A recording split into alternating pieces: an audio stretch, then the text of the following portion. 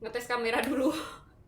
Ngetes apa langsung ngomong aja ya. Jadi hi, welcome to News Reading Journey. Jadi hari ini aku mau, sebenarnya aku itu berencana buat bikin review beberapa buku belakangan yang udah aku selesai baca, cuman emang belum aku bikin review terakhirnya. Yang pertama itu adalah Selamat Tinggal, terus habis itu apa? Anggara Kasih. Terus kemarin itu beberapa ya 2 hari yang lalu itu aku selesai baca novel yang judulnya Dua Itu Teman, 37 Itu Satu Kelas. Sedangkan satu novel lainnya yang aku pinjam dari Perpus Bung Karno yang judulnya Lost World itu aku belum selesai. Aku udah baca lebih dari setengah, cuman emang karena waktunya nggak cukup jadi pada akhirnya aku kembalikan, dan aku berencana buat melanjutkan novel itu lagi nanti sekitar 2 minggu ke depan kalau waktu pinjamku yang berikutnya ini udah selesai. Jadi aku balikin buku yang sedang aku pegang sekarang, terus habis itu aku pinjam lagi Lost World untuk aku selesaikan. Dan untuk Lost World pun aku juga belum bikin review yang lebih jelasnya. Kayaknya aku baru bikin pembukaannya doang. Cuman aku ngerasa kalau moodku untuk bikin review itu belum bener-bener kembali. Kayak moodku itu hancur lebur gara-gara kamera yang HP ku yang udah nggak bisa nyala, terus akhirnya aku harus berganti pakai kamera HP yang ini, dan ini bikin aku bad mood. Sedangkan aku udah nggak upload video itu lebih dari 2 minggu. Itu cukup lama, dan aku takutnya kalau aku semakin lama lagi untuk menunda-nunda bikin reviewnya itu aku bakalan lupa sama apa aja yang harus aku sampaikan. Cuman moodku itu bener-bener belum kembali gitu loh. Jadi I don't know, aku harus bener-bener perlu semangat, perlu dukungan perlu dukungan, nggak tahu, aku perlu mengumpulkan niat yang benar-benar cukup dulu biar aku bisa bikin review beberapa buku itu. Jadi ini hanya akan jadi kayak pemanasan aja bagiku. Jadi untuk video kali ini aku belum bikin review apapun. Aku cuma mau ngomongin tentang 2 buku yang aku pinjam dari Perpus Bung Karno beberapa hari yang lalu. Beberapa hari yang lalu lah pokoknya. Yang judulnya, wait a minute. Ouch. Jauh amat. Yang judulnya adalah Nawila. Ini sebenarnya bukunya ada 3, cuman karena memang batas peminjaman itu, dalam sekali peminjaman itu ada 2 buku, jadi akhirnya aku baru pinjam Nawila yang nomor 1, yang ini nomor 1. Terus habis itu yang ini adalah Nawila yang nomor 2. Jadi aku baru proses baca untuk buku yang ini sih, dan ini udah lebih dari setengah. Dan prosesku baca buku ini cepat banget karena memang novel ini adalah novel yang ringan, yang sebenarnya tulisannya itu kayak apa ya, bahasanya itu bahasa yang sangat sederhana, karena ini menceritakan kisah dari seorang gadis kecil yang namanya Nawila, yang pada saat itu di novelan ini dia itu masih belum sekolah.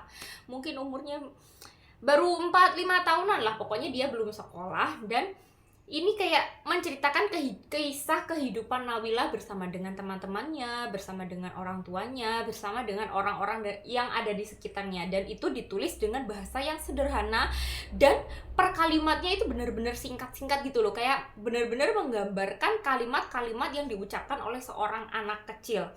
Jadi ceritanya sebenarnya bukan cerita yang mengharu biru atau heartwarming, enggak. Bagiku kayak membaca novel ini, Nawila ini, lebih seperti aku mengingat masa laluku ketika aku masih sangat kecil dulu, ketika aku masih suka bermain-main di sekitar rumah, bermain-main dengan orang-orang yang ada di sekitar. Jadi kayak gitu. Sejauh ini aku masih membacanya seperti itu, dan ini ringan, gak ada, sejauh ini belum ada konflik yang gimana-gimana. Cuman ada satu kejadian di mana temannya Nawila itu mengalami sebuah kecelakaan, dan itu bikin aku kaget karena memang sejauh ini sepanjang aku membaca ceritanya kayak simple aja, sederhana, seperti Nawila hari ini sedang bermain gundu sama temannya, atau sedang bermain layang-layang sama temannya, atau ketika Nawila ini penasaran sama radio yang dimiliki oleh ibunya, karena radio itu bisa bersuara, bisa bernyanyi, dan Nawila itu berpikir, karena dia itu masih kecil, dia berpikir bahwa di dalam radio itu ada orang-orang kecil yang menyanyi dan omong-omong atau ngobrol. Jadi ngobrol itu ditulis di sini adalah omong-omong, kayak bahasanya anak kecil banget gitu loh. Jadi lucu banget membaca ini, kayak gemes gitu loh. Jadi seperti itu. Dan settingnya untuk cerita Nawila ini yang aku sadari adalah ketika aku membaca sampai ke part dimana Nawila ini penasaran sama radio yang dimiliki ibunya, aku sadar bahwa di sini ceritanya itu settingnya lumayan tua, yaitu sekitar tahun berapa ya, pokoknya jauh banget di belakang, jauh banget, tua banget.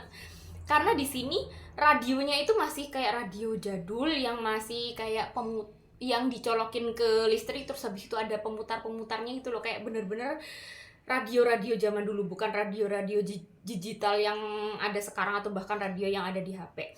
Terus juga yang aku sadari bahwa ini settingnya lama adalah ibunya ini, dia itu suka sama seorang penyanyi yang namanya siapa ya, sampai aku tandai,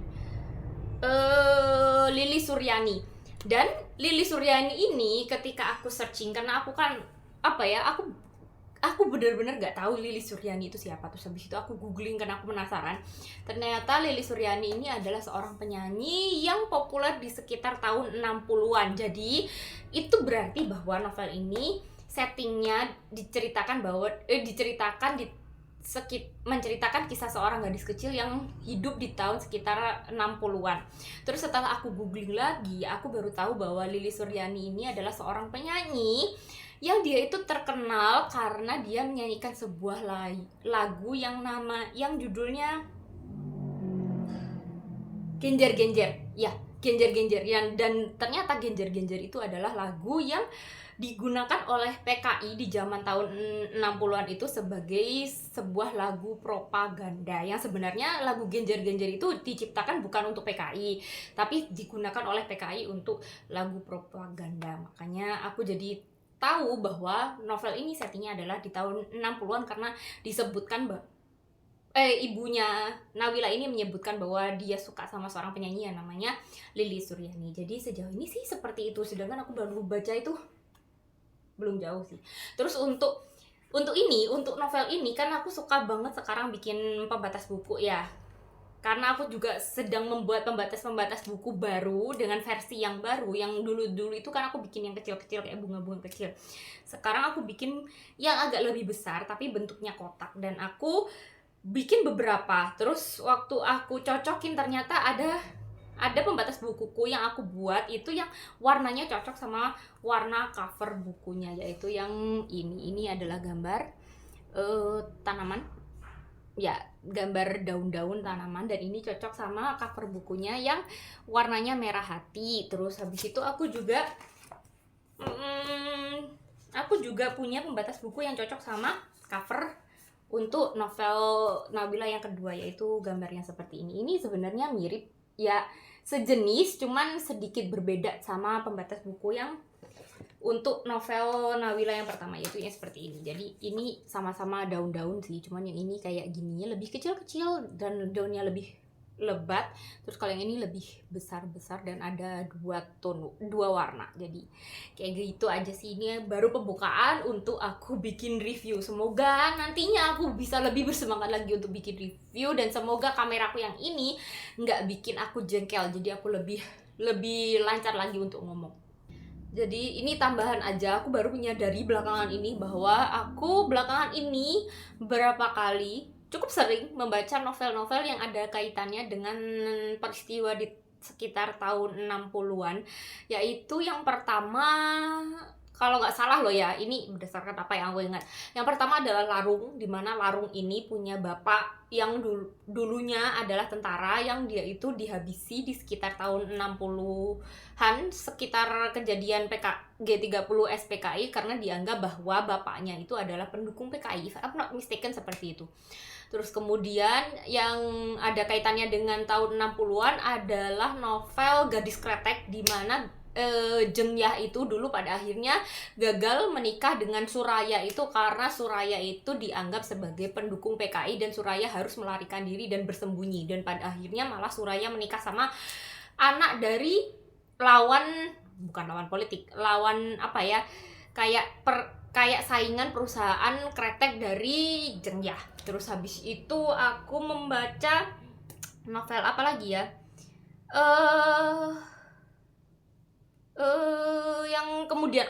yang kemudian aku baca itu Selamat Tinggal. Selamat Tinggal itu juga ada hubungannya dengan kejadian G30 SPKI sekitar tahun 65, karena si tokoh utama yang namanya Sintong Tinggal itu dia itu sedang meneliti dan membuat skripsi berdasarkan kisah dari seorang penulis, yang penulis itu sangat vokal di zaman tahun 60-an, dan si penulis ini malah tiba-tiba dia itu menghilang sebelum kejadian G30 SPKI, dan diduga bahwa menghilangnya si penulis yang sangat Sintong Tinggal kagumi ini ada hubungannya dengan kejadian PKI. Ya, if I'm not mistaken. Terus habis itu yang berikutnya adalah novel Nabila ini yang settingnya itu sekitar tahun 60-an. Jadi aku nggak tahu, aku masih meraba-raba apakah kemungkinan nanti kehidupan Nawila ini dari novel-novel Nawila yang sangat sederhana ini sebenarnya apakah akan tiba-tiba kehidupannya berubah total karena ada kejadian G30 SPKI. Karena aku ya masih menduga-duga aja sih, karena ya settingnya sekitar tahun 60-an. Jadi seperti itu. Ini tambahan informasi kecil aja sih berdasarkan apa yang ada di kepalaku sekarang.